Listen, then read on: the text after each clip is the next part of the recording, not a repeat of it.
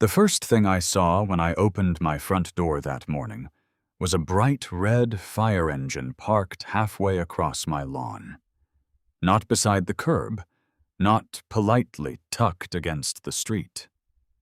Halfway across my lawn, with its massive front tires sitting directly on the strip of gravel Patricia Blevins had spent 3 weeks calling an illegal eyesore. 2 firefighters were walking along the side of my house with measuring wheels. Another one was hammering a temporary orange marker into the ground. And standing in the middle of it all, with a clipboard pressed to her chest like it was the last shield in a medieval siege, was Patricia herself. Her face had gone the color of raw steak. "This is private property!" she shrieked, pointing at the fire engine like she expected it to apologize. "You cannot just designate his illegal driveway as anything!" Fire Marshal Kenner turned slowly toward her.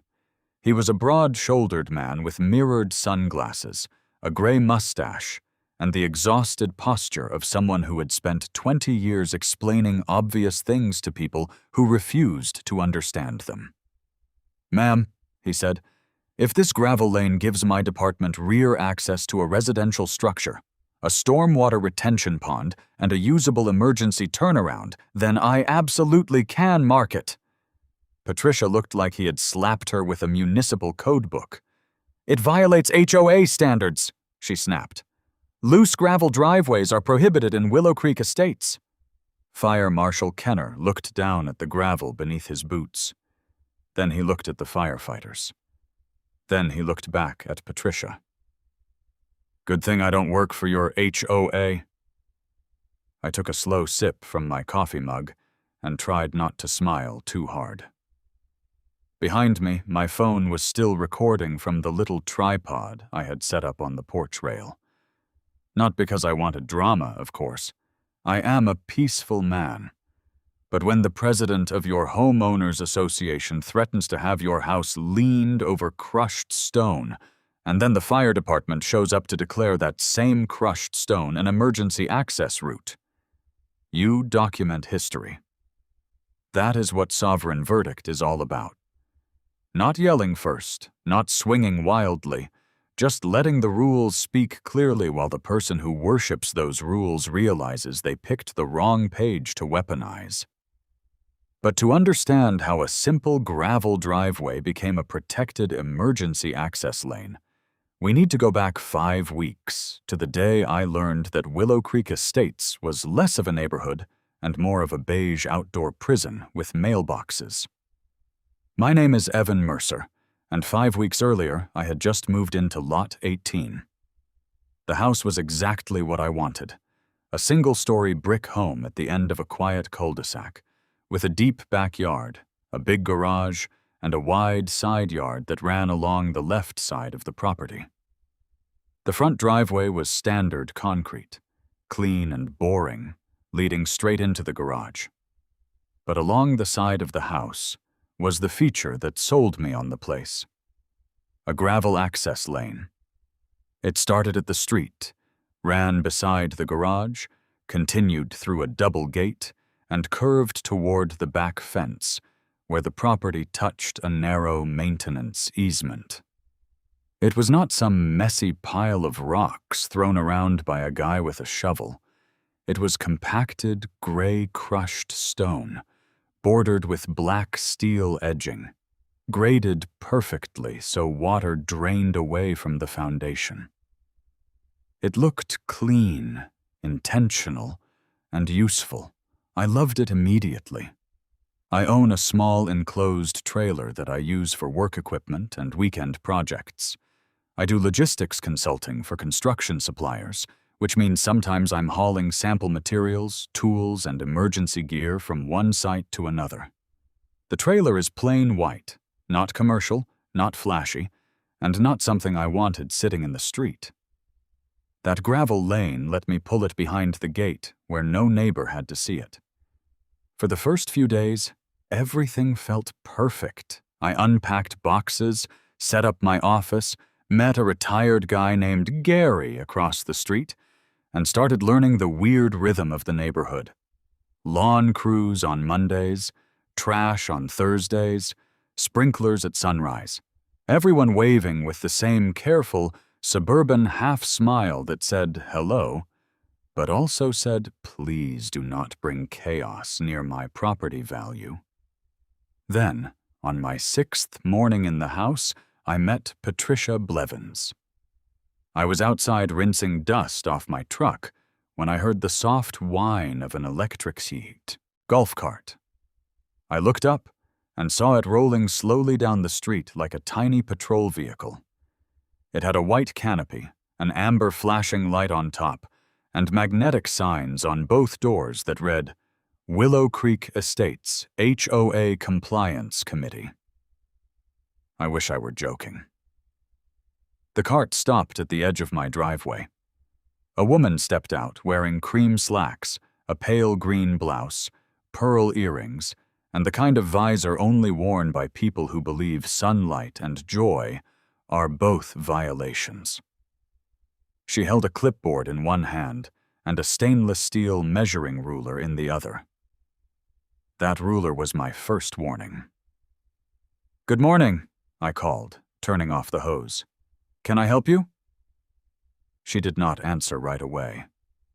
Her eyes were already moving past me, scanning the front of the house, the flower beds, the shutters, the mailbox, and finally the gravel access lane.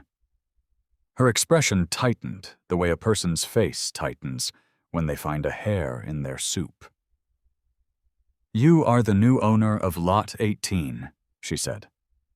"Evan Mercer," I replied, wiping my hand on a towel and offering it. "Nice to meet you." She ignored the hand.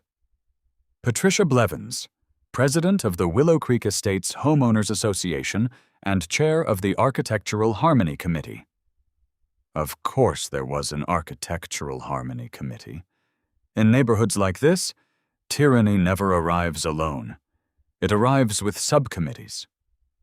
Patricia walked around me without permission and stepped toward the gravel lane. She crouched slightly, dragged the edge of her ruler through the crushed stone, then stood up as if she had just confirmed a crime scene. "This surface is loose aggregate," she said. I blinked. "It's gravel. Loose aggregate vehicular surfaces are prohibited."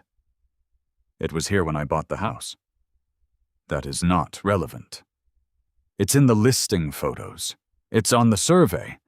The previous owner used it for years." "That is still not relevant." I laughed once, lightly, because I still believed we were standing inside the boundaries of normal human conversation. Patricia did not laugh. She flipped open her clipboard and removed a pink carbon copy violation form with the speed and confidence of a magician pulling a card from a deck. Section 6, Paragraph D of the Willow Creek Estates Exterior Standards states that all driveways visible from the street must be constructed of approved concrete, stamped concrete, or paver stone matching the primary residence. Gravel, crushed stone, loose aggregate, or rural access material is expressly forbidden. "Rural access material," I repeated. "That sounds dramatic for rocks." Her eyes narrowed. "You have 14 days to remove the gravel and replace the entire surface with approved concrete or pavers.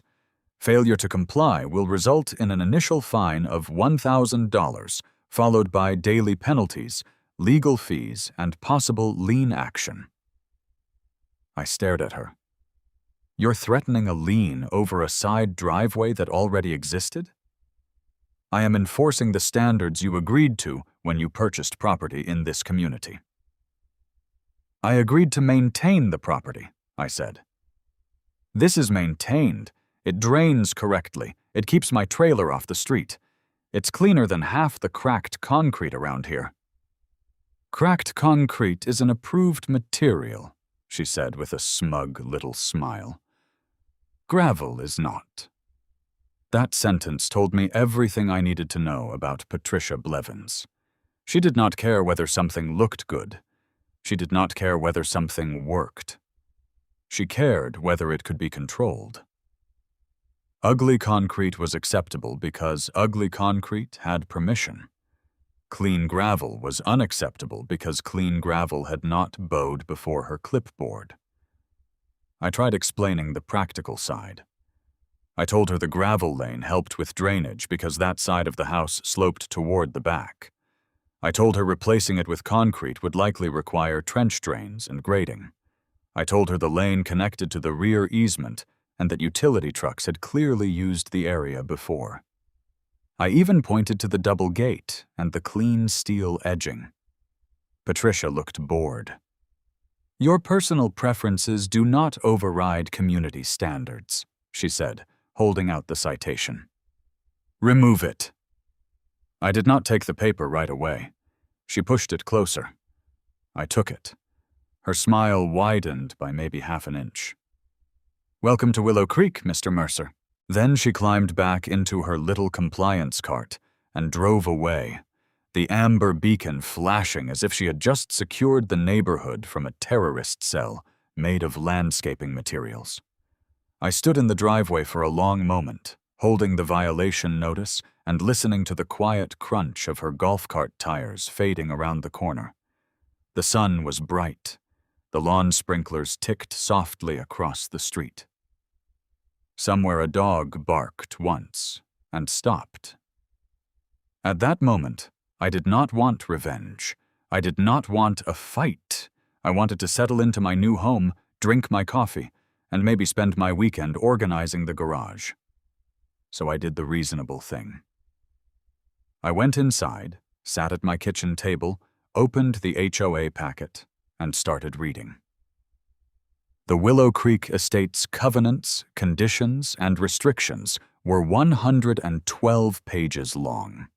That alone should have been illegal. The document covered everything from exterior paint colors to approved mailbox post shapes to the maximum acceptable height of ornamental grasses. There was an entire paragraph explaining that garden statues depicting animals must be neutral, tasteful, and non-predatory. I still do not know what a predatory garden statue is, but apparently Willow Creek had seen things. After an hour of reading, I found Section 6, Paragraph D. Patricia had quoted it correctly. Gravel driveways visible from the street were not allowed. But the more I read, the more I noticed something interesting. The section did not ban every gravel surface. It specifically referred to primary residential vehicle access surfaces. My primary driveway was concrete.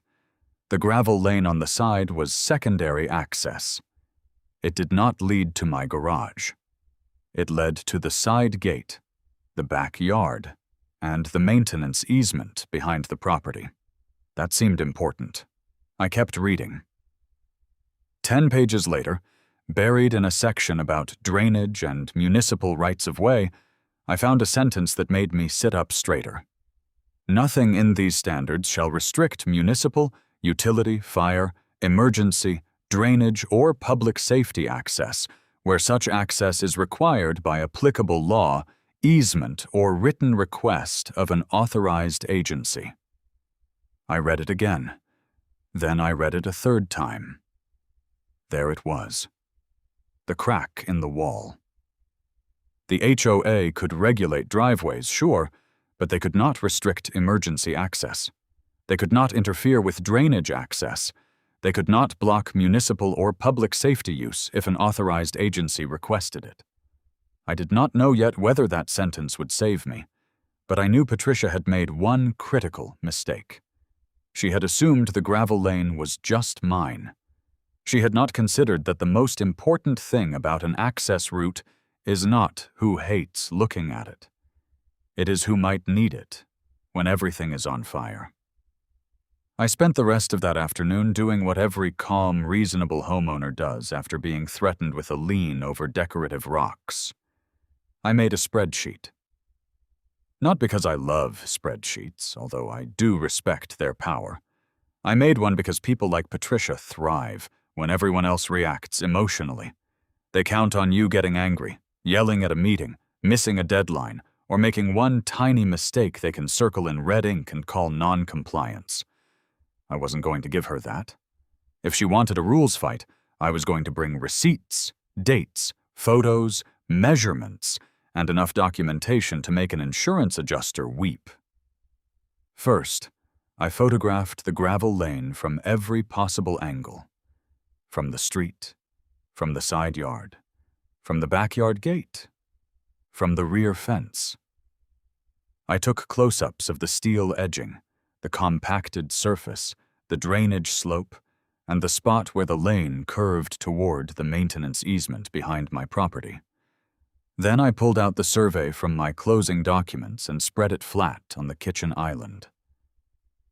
There it was, printed in tiny black lines, a 15-foot drainage and utility easement running behind the back fence, connecting the rear of several properties to the stormwater retention pond at the end of the block. That retention pond mattered. Willow Creek Estates was built in a low area outside the city limits, and during heavy rain, all the neighborhood runoff drained into that pond. I had seen it on the map before I bought the house, but I hadn't paid much attention. It was just a fenced basin behind some trees. Ugly, but useful. The kind of thing everyone benefits from, and nobody thinks about until it fails. I called the county public works office first. A tired woman named Denise answered after 4 transfers and 6 minutes of hold music that sounded like it had been recorded inside a tin can.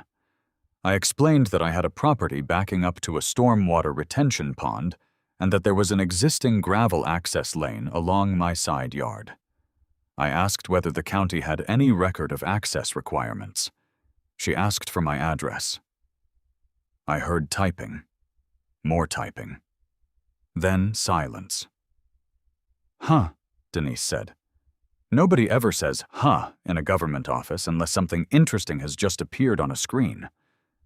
"What does that mean?" I asked. "It means your subdivision's original drainage plan shows access points for maintenance vehicles," she said. "Most of them are along the rear easement, but emergency access can be provided through side lots if available." "Emergency access?" I repeated. "Stormwater, fire, utility, whatever is needed. The pond behind your block is listed as a secondary water source for fire operations, not hydrant replacement, but supplemental drafting in a large event." I sat up straighter. "A secondary water source?" "Yes. It's not uncommon in subdivisions like yours. Fire department may have more current maps. You'd want to talk to the county fire marshal's office." I thanked Denise so warmly she seemed suspicious of me, then hung up and immediately searched for the fire marshal's office number. A receptionist transferred me to a deputy marshal named Laura Finch. I gave her my address, explained the gravel lane, the easement, the retention pond, and the HOA threat. She listened without interrupting. That alone made me like her more than the entire Willow Creek board. "So," she said finally, "you're telling me there is an existing compacted gravel route from the street to the rear easement?" "Yes." "How wide?" "About 12 feet at the narrowest point, maybe 14 at the entrance." "Any overhead obstructions?" "No, fence gate is wide. No low trees. The old owner must have kept it clear for trailers." "And the HOA wants you to remove it?" "Yes. They say gravel driveways are illegal." There was a pause. Then she gave a dry little laugh. "HOAs love saying things are illegal when they mean they don't like them." I nearly stood up and applauded in my kitchen. Deputy Marshal Finch told me she couldn't make any decisions over the phone, but she could schedule a site inspection. If the lane provided practical emergency access, the office could mark it in their internal response notes. In rare cases, they could issue a written recommendation that an access surface remain unobstructed and serviceable. "When can you come?" I asked. "Next Thursday morning." "That works." After I hung up, I sat there staring at my notes, feeling the first real spark of possibility. Not victory, not yet. Just possibility.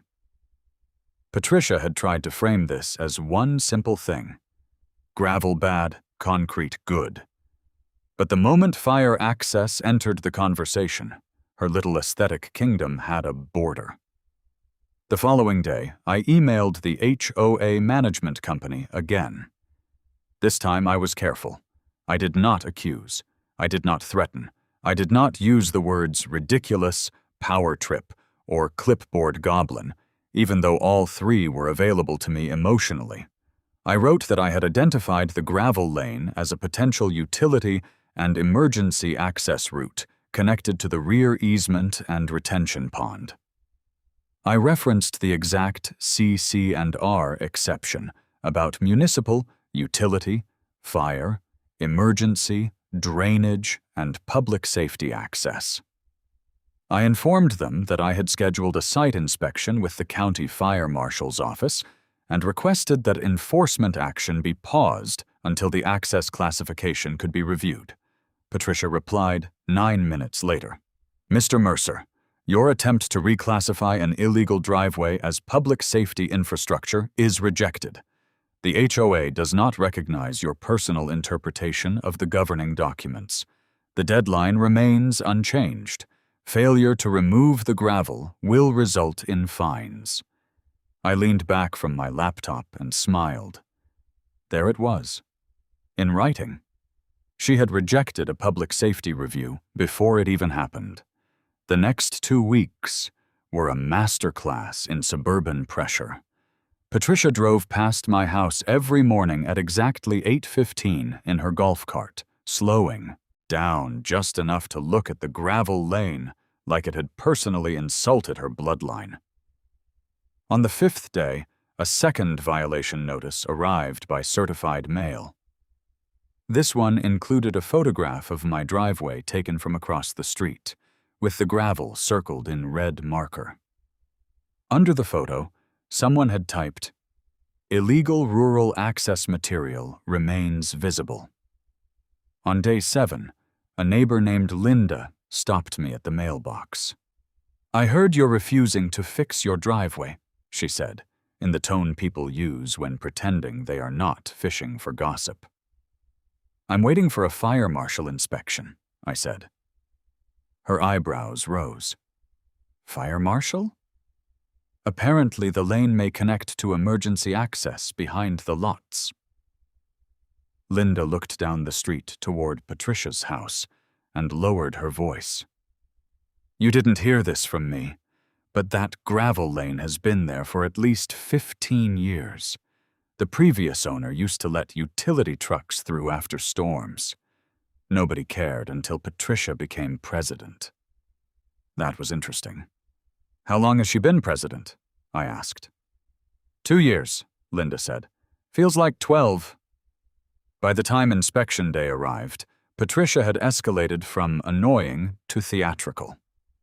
At 7:50 that morning, while I was still finishing breakfast, she taped a bright orange notice to my garage door. I watched her do it through the front window. She didn't knock. She didn't ring the bell. She slapped the paper against the garage, smoothed it with both palms, and marched back to her golf cart. The notice said the HOA would impose an immediate fine of $1,000 at 5 p.m. unless the gravel was removed. At 8:30, Deputy Fire Marshal Laura Finch pulled up in a white county SUV. She was in her 40s, sharp-eyed, with her hair pulled back and a radio clipped to her shoulder. She stepped out carrying a tablet and a measuring wheel. I met her in the driveway with a folder full of documents and the anxious energy of a man hoping the government was about to save him from a woman with a visor. "Morning," she said. "You Evan Mercer?" "Yes, ma'am. Thanks for coming." "Let's take a look at your allegedly criminal gravel." I liked her immediately. We started at the street.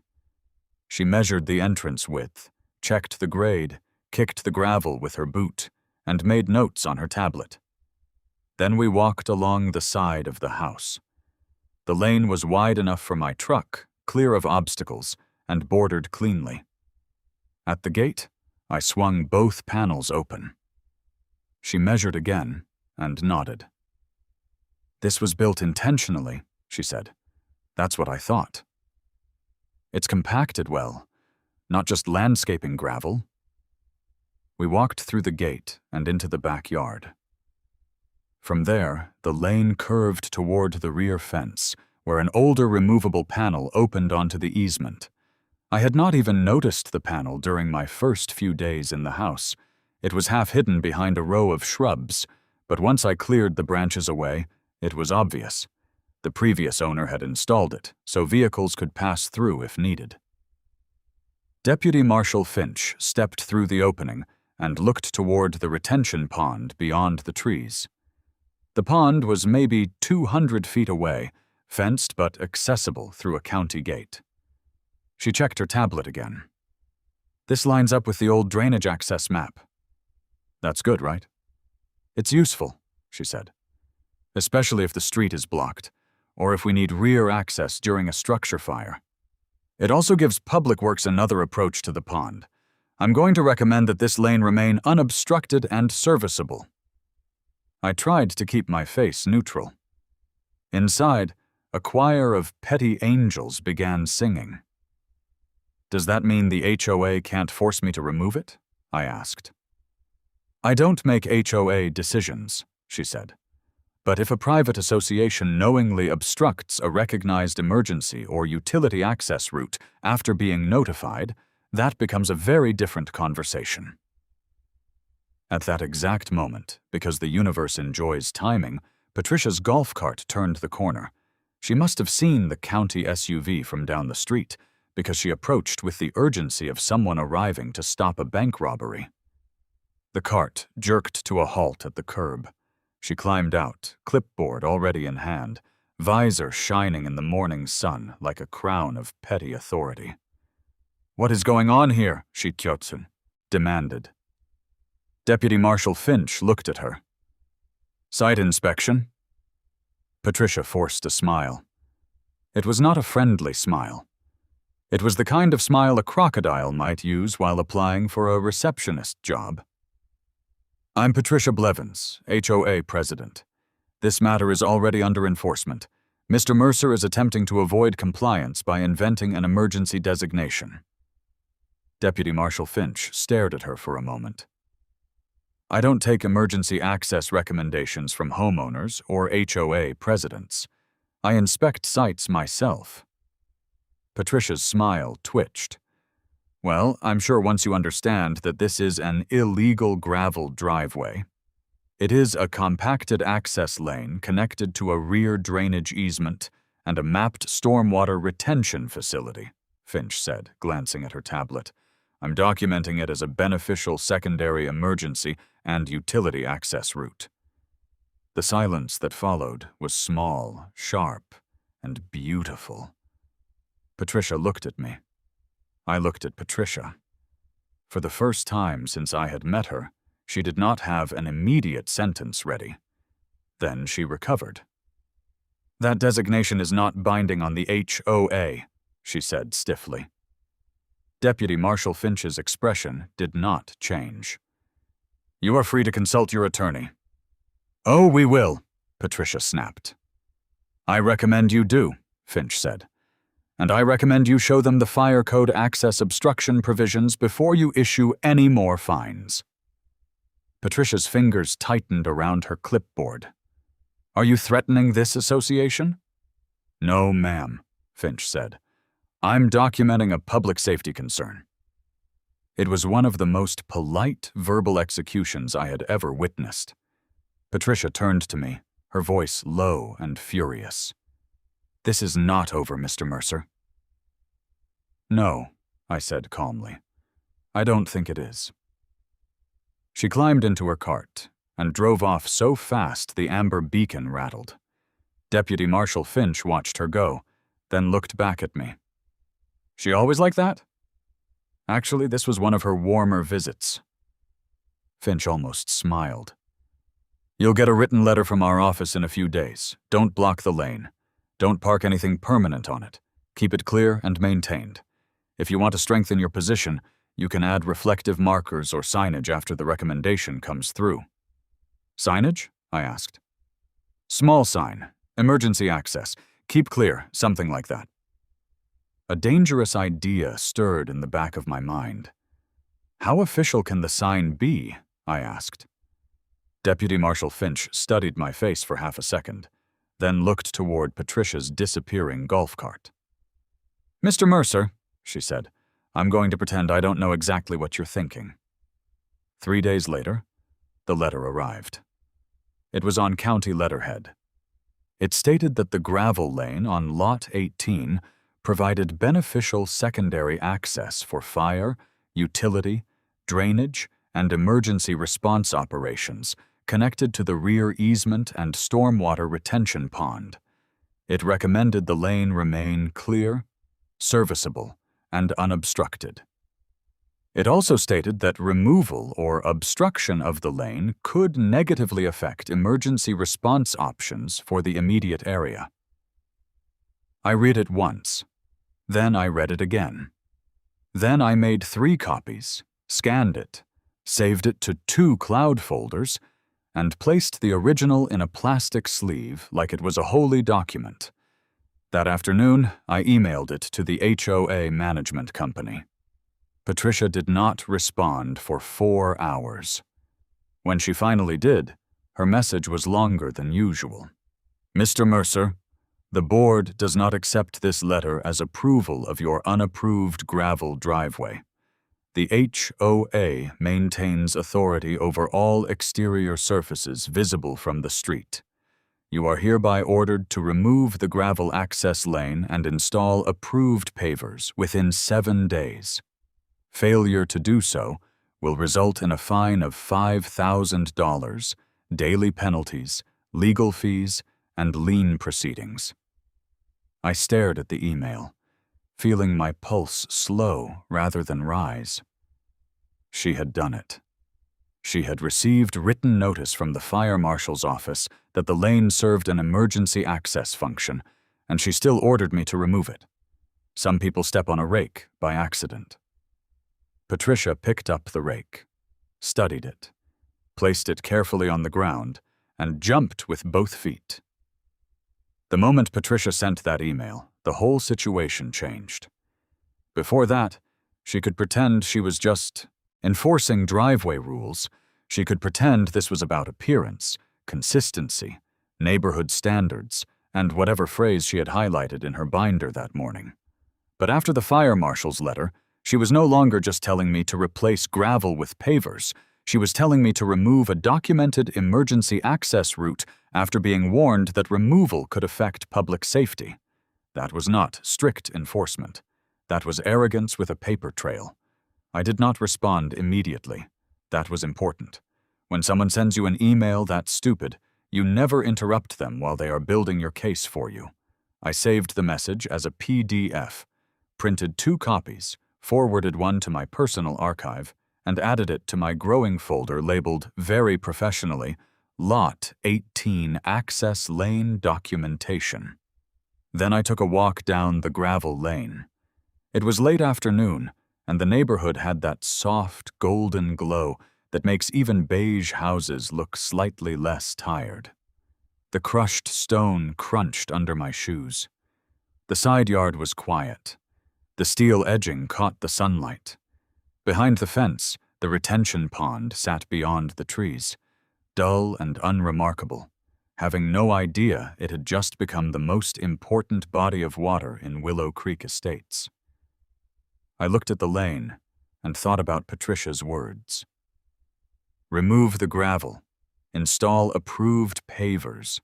7 days. $5,000. Lien proceedings. She really believed the HOA existed above everything else. Above common sense. Above county recommendations. Above emergency planning. She thought the rule book was a castle wall, and as long as she stood behind it, nobody could reach her. The problem with castle walls is that fire codes have ladders. The next morning, I called Deputy Fire Marshal Finch. "I received your letter," I said. "Thank you again." "No problem," she replied. "Everything okay?" "Well, the HOA president responded by ordering me to remove the lane anyway." There was a pause on the line. "She did what?" I read Patricia's email aloud, word for word. By the time I finished, the silence on the other end had changed texture. It was no longer casual. It was professional. "Forward that email to our office," Finch said. "Already done?" I said. "I also wanted to ask about your suggestion for signage and markers. If the lane needs to remain clear and serviceable, I want to make sure it is visibly identified properly." "That is reasonable," she said. "Use reflective edge markers. Keep them low. Don't obstruct the width. A small sign at the entrance stating emergency access, keep clear, would be appropriate." "Can I use red and white reflective signs?" "Yes." "Can I paint curb markings?" "No curb painting without county approval." "Understood." "Mr. Mercer," she said, and I could hear the caution in her voice. "Do not turn this into a circus." I looked at the empty space beside my garage and thought very carefully about that instruction. "Of course," I said. "No circus." I meant it. Mostly. What I did instead was tasteful, legal, and absolutely devastating. I ordered 2 reflective signs from a traffic safety supplier. Not novelty signs, not cheap plastic, real aluminum, red lettering on white reflective backing with rounded corners and pre-drilled holes. The text read, "Emergency access, keep clear." Under that, in smaller lettering, "Fire, utility, and drainage access route." I also ordered 12 low-profile reflective driveway markers, red on one side, white on the other, the kind you see along rural roads or snow routes. I made sure they were under the height allowed for landscape edging. I was not giving Patricia an easy decoration violation. Then I called Gary from across the street. Gary was retired, friendly, and deeply bored in the way only suburban retirees with organized garages can be. He came over carrying a cordless drill, a level, and the expression of a man who had just been invited to help commit a legal prank. "So," he said, looking at the signs laid out on my workbench, "we're making Patricia mad today?" "No," I said. "We're improving public safety." Gary nodded solemnly. "Of course. Public safety." We installed the first sign at the entrance of the gravel lane, mounted neatly on a short black metal post just inside my property line. The second sign went near the rear gate. Then we placed the reflective markers along the edge of the lane, evenly spaced, straight, clean, and highly visible. When we finished, I stepped back. It looked official, not obnoxious, not messy, official. The kind of official that makes people slow down and wonder who gave permission. The signs did not scream. They calmly announced that the gravel lane had a purpose beyond Patricia's approval. Gary rested his hands on his hips. "She's going to see this from orbit." "Good," I said. "Then she won't accidentally block emergency access." The first neighbor to notice was Linda. She walked by with her little brown dog, stopped, read the sign, and started laughing so hard the dog looked embarrassed. "Emergency access?" she asked. "County Fire Marshal recommendation," I said, holding up a copy of the letter. Linda read it, then looked back at the sign. "Oh, she is going to hate this." That seems to be a common prediction. By 4 p.m., half the cul-de-sac had slowed down in front of my house, Some pretended to check their phones. Some walked dogs they clearly had not planned to walk. One man I had never met drove by twice in a silver SUV, leaning forward over the steering wheel like he was reading a museum plaque. Patricia arrived at 5:12. I know the exact time because my porch camera captured the whole thing. Her golf cart turned the corner slowly at first. Then she saw the sign. The cart jerked slightly, like her foot had slammed the brake before her brain finished processing the image. The amber beacon spun uselessly on top, flashing against the shiny aluminum letters. She sat there for a full 10 seconds. Then she got out. She walked toward the sign with stiff, mechanical steps. Her visor was perfectly level. Her clipboard was tucked under one arm. She leaned forward and read the words. Emergency access. Keep clear. I was in the garage organizing a toolbox, which was true, but also convenient. I walked out holding a wrench like I had just happened upon the moment naturally. Good evening, Patricia, I said. She did not turn around right away. Her shoulders rose slowly toward her ears. What? She said, each word sharp enough to puncture a tire. Is this? It's a sign. I can see that. Then why did you ask? She turned. Her smile was gone. No fake sweetness, no board president performance. Just fury, naked and bright.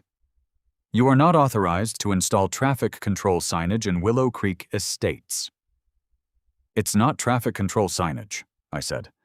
It's an emergency access notice on my private property. You are attempting to intimidate the board. No, Patricia.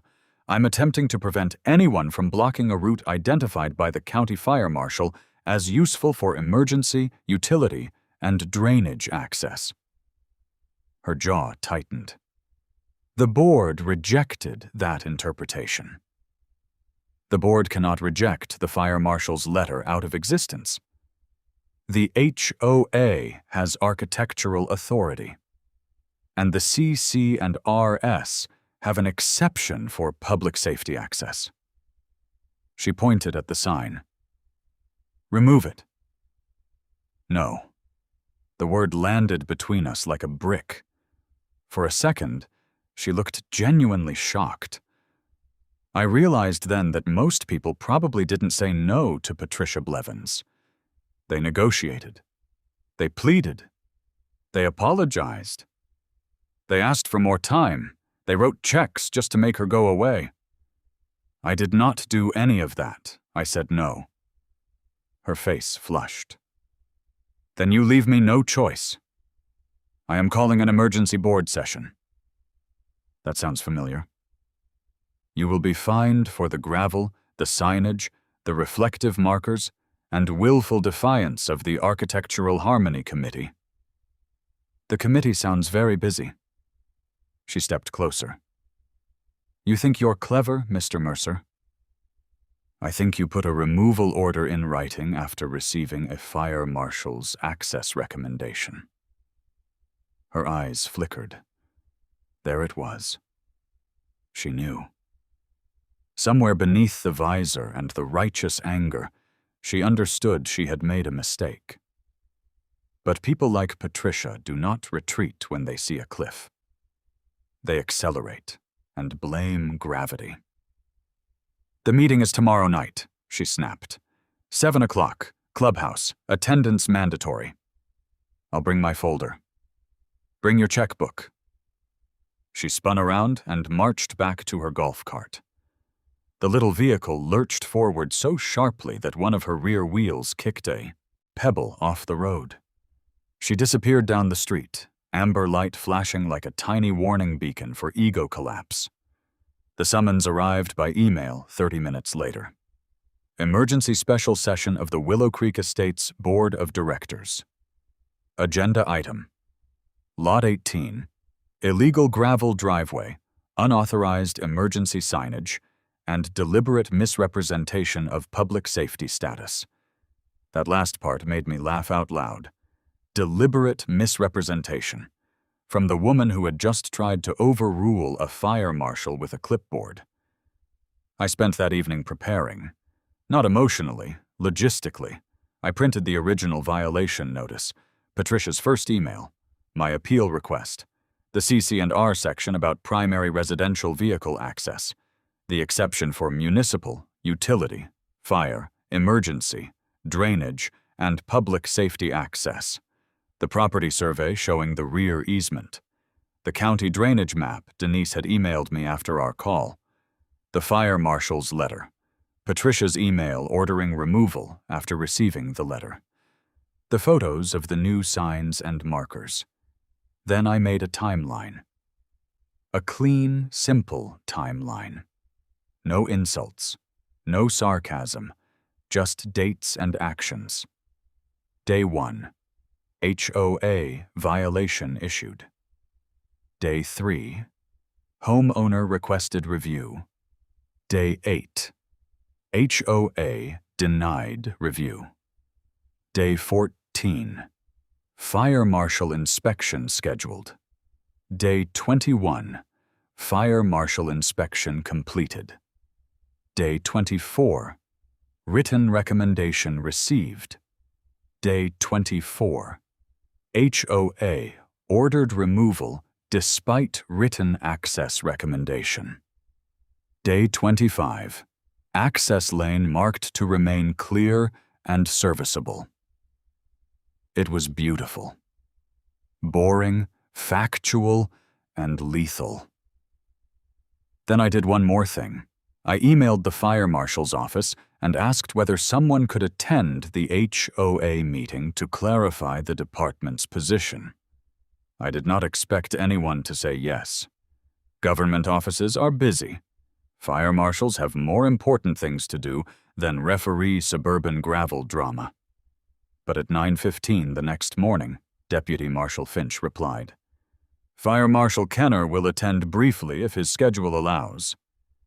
Briefly. If his schedule allows. That was enough. The next evening, I arrived at the Willow Creek Clubhouse at 6:50 p.m. The building looked like every HOA clubhouse ever built.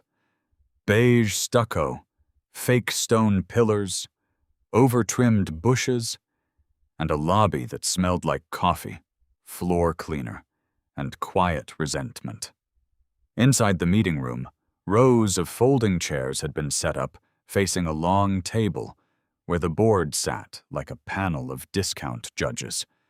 Patricia was in the center, naturally. To her left sat Alan, the retired dentist, already rubbing his temples. To her right sat Marjorie, arranging documents into perfect stacks.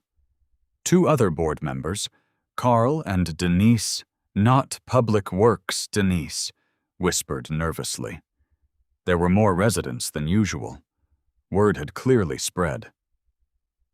Linda sat near the front with her dog in a little carrier, which I was pretty sure violated at least one clubhouse rule. Gary sat beside her wearing a neon safety vest over his polo shirt. I gave him a look. He shrugged. Public safety. I walked to the front and placed my folder on the podium. Patricia tapped her gavel. This emergency session is called to order.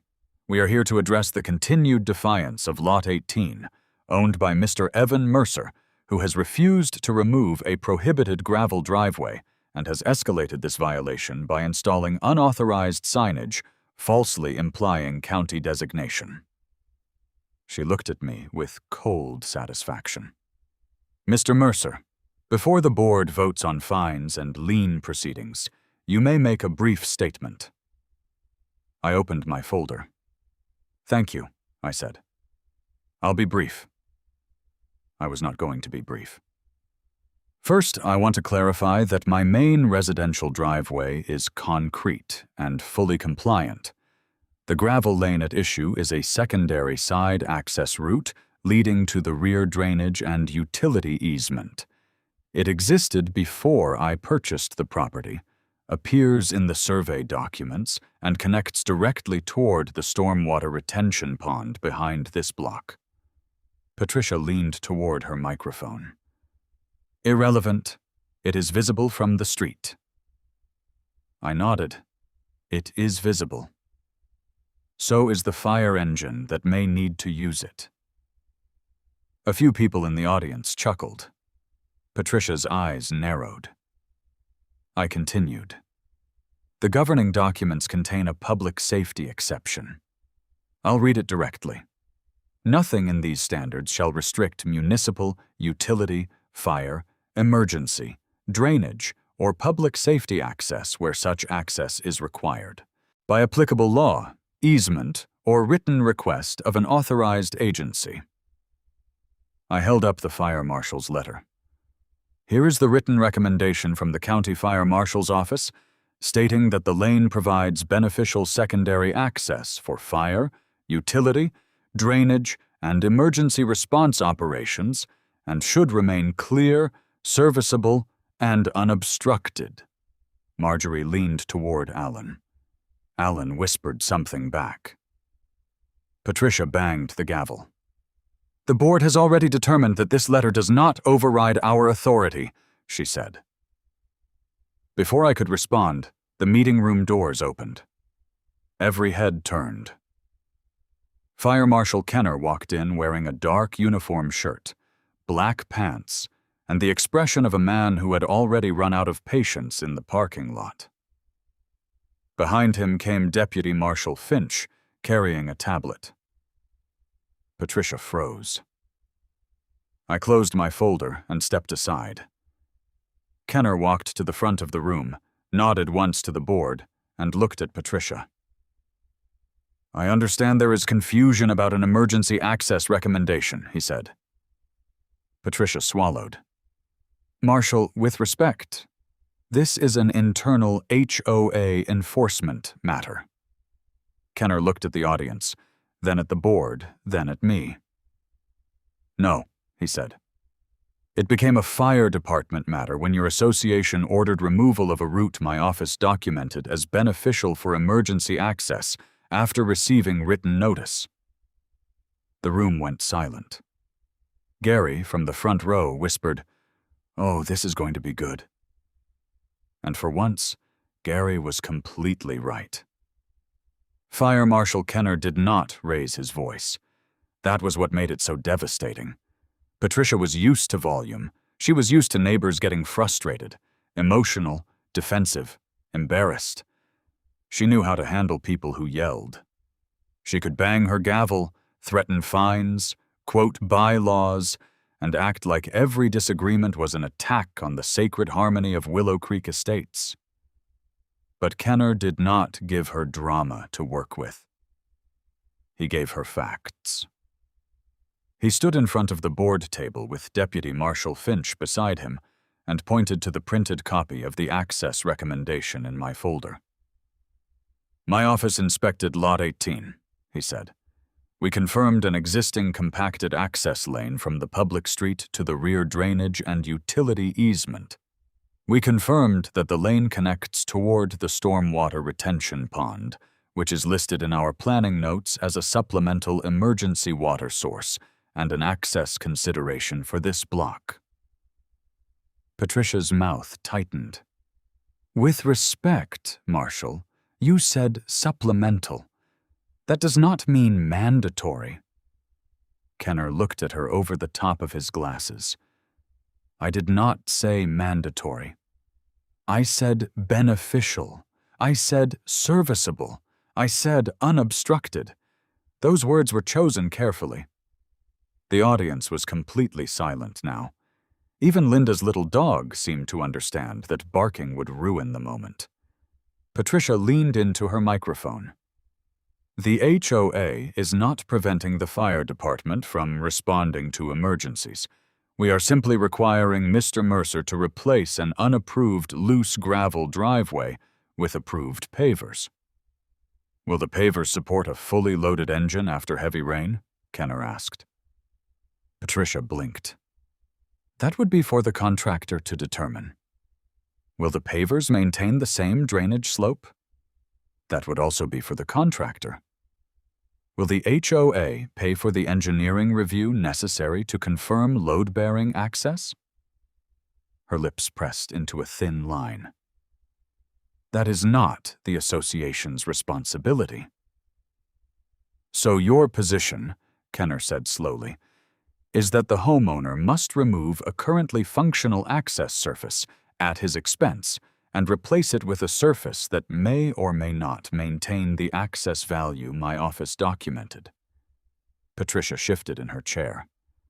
Our position is that the current material violates our aesthetic standards.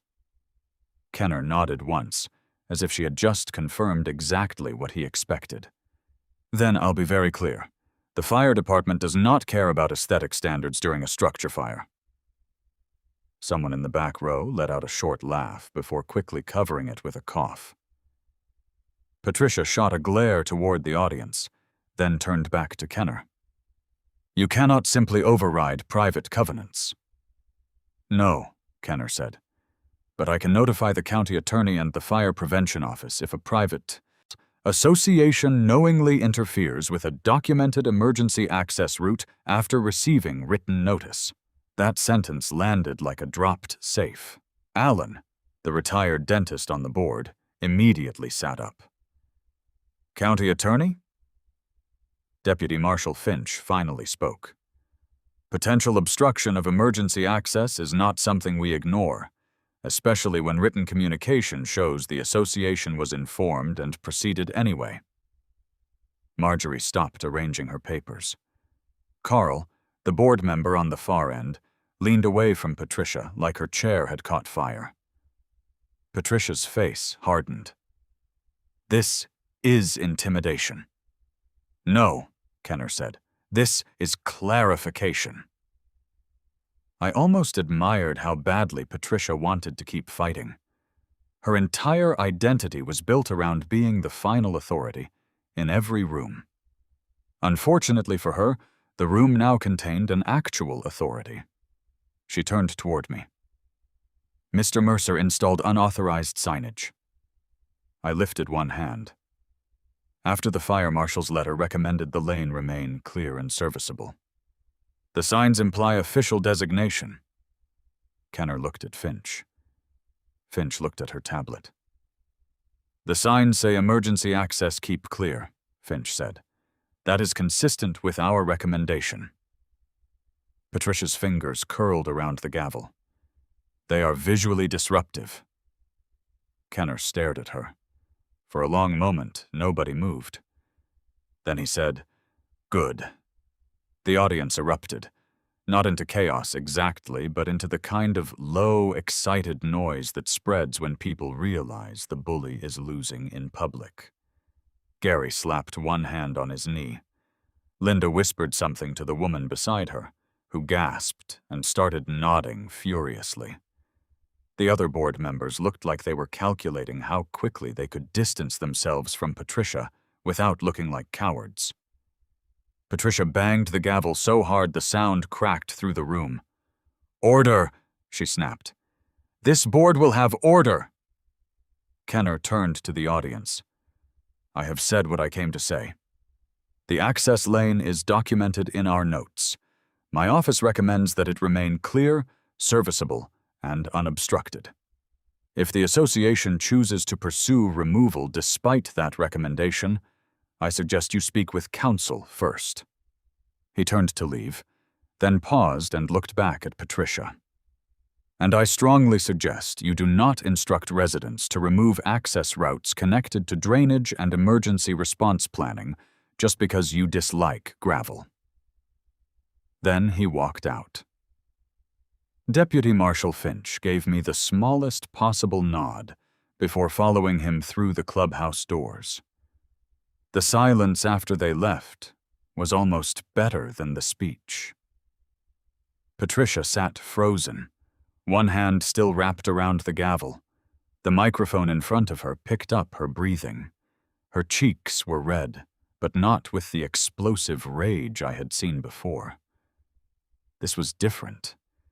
This was the red of someone who had just realized everyone in the room had watched her lose control of the narrative.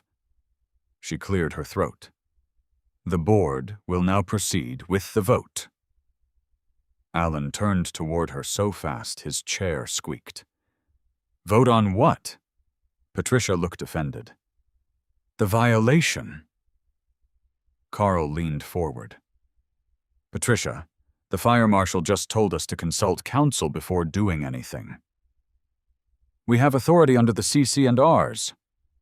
We also have insurance, Carl snapped, and I'd like to keep it. A murmur of agreement moved through the room. Patricia's eyes flashed. This board cannot allow a homeowner to manipulate county officials into protecting an illegal driveway. That was when I stepped back to the podium. I opened my folder again and removed one final document. Before the board votes, I said, I'd like to submit Patricia's email from 3 days ago into the meeting record. Patricia went still. I handed copies to each board member. Alan put on his reading glasses. Marjorie leaned over his shoulder. Carl read his copy and muttered something I could not hear, but I was fairly sure it was not suitable for the minutes. I spoke clearly. After receiving the fire marshal's written recommendation, Patricia ordered me to remove the gravel lane anyway. She threatened a $5,000 fine, daily penalties, legal fees, and lien proceedings. That means this is not a misunderstanding. The HOA had written notice. The president acknowledged the issue. Then she directed enforcement anyway. The audience stirred. I looked at the board members, not Patricia. I am not asking for special treatment. I am asking the board to follow its own governing documents.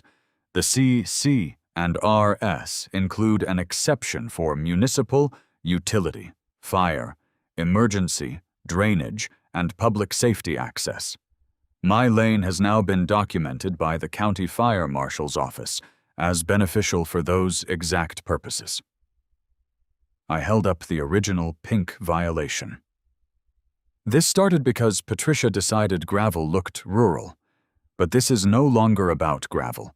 It is about whether the board wants to expose the entire association to legal risk because one person cannot admit she overreached.